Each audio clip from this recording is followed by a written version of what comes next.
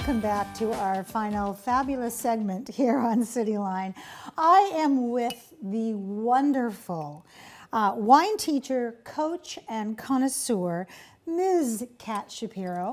Hello, Amanda. Good morning. Good morning. Let's smell. Thank you. Welcome Kat, to my delicious table. well, and look at this. Like I said, it's never too early for charcuterie and also for wine. So That's true. you call yourself a wine lifestyle specialist. Tell our audience more about that. Yeah, so truly I made it up, but but That's okay. Yeah, I mean, honestly, I just wanted some language to encompass all the things that I do and that I teach, right? Because it's the wine club, it's the wine classes, but it's also this sensory focus, kind of getting into the mind-body experience. So, Absolutely. Yeah. So how do you combine wine and wellness? Because if you put those two together, they don't always equal wellness. I mean, wine is beautiful. Wine is an art. But there is also a structure to it. So how have you found that balance? Yeah, so truly it's kind of that holistic approach, right? It's that integrating our senses, right? It's learning the story behind the bottle, right? You know, kind of connecting to the wine in your glass. I kind of say like the art of living with a glass of wine, like I through love wine, that. right? So because so many things that humans experience are so related and interconnected It's to celebratory, wine. Yes. And it's part of our human history, It is. thousands of years. But it's also part of our daily experience and being able to kind of take that to the next level. Absolutely. Yeah. You teach classes. You teach wine classes. So tell us why someone outside of the wine industry would benefit from these classes as opposed to just walking into some store and saying, give me your jammiest Merlot. Totally. So the next wine class I have coming up is called, it's the WSET Level 1 course, okay? So this is really, it's a 1 full day course, and really it's such a broad, overview of what we talk about in the wine industry. It's basically cause and effect. The choices we make in a vineyard, how that affects the style of wine in your glass. Same, when we're talking about a winery, right? Like the things and processes that happen in a winery, how that affects the style, quality, and price of wine in your glass. So it's also food and wine pairing. I love me some charcuterie. That's right, we got some little bit of cheese here. Yes. So really, it's the fundamentals of food and wine pairing. The entire afternoon, I set up this gorgeous spread, even more than what's happening right here. Oh my goodness. Yeah, and we just really dive into how to pair food with wine, how to really get that next level of experience. Who's your customer? Who's my customer? So people in the wine industry. Of course, but also people that want to have that experience. And just I feel like we're really getting to know the farm to table situation, right? With organic food. Absolutely. That is all over our radar. Yes. But we're not quite there yet with the wine. And that is my mission.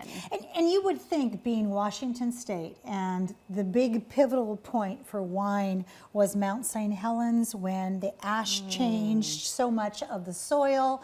We began competing internationally with wine, and suddenly it wasn't just coffee that we exported, and we now compete with beautiful other countries, and we're kicking butt and taking names, aren't we? Amazing. Yes. Absolutely. I brought a Washington wine, actually. Let's talk about this. And I thought it was so appropriate Inky. to Tacoma because of this beautiful octopus on the label. Oh, I love this. So this is Watoma Springs. It's 100% Malbec from Wahluke Slope. It's actually from one single vineyard called Stone Tree Vineyard.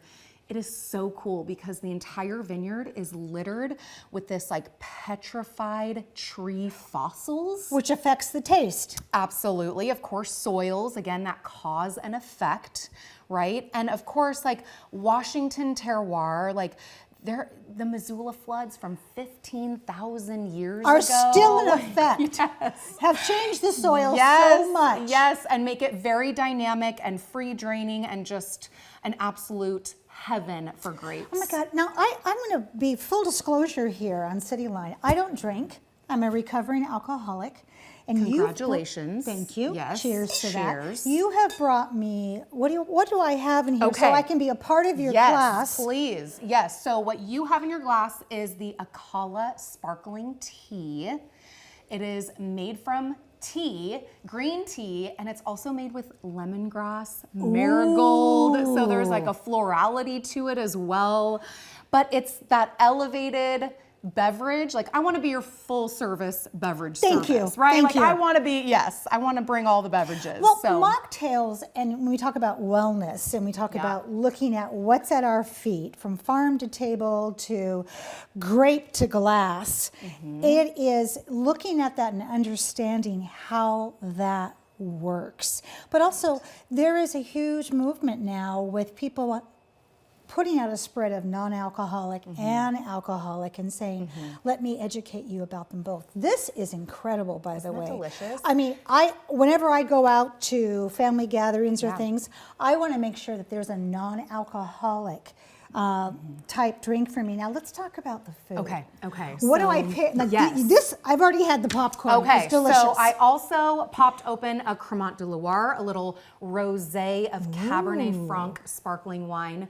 My go-to, Okay, delicious. all right. But so I have Marcona almonds, just Yum. sea salt action.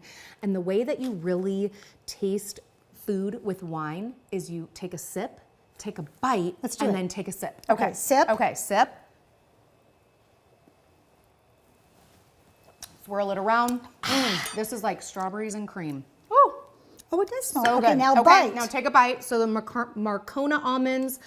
I also have my famous popcorn. Wait a minute, I tasted this. Did you make this? Yes. What?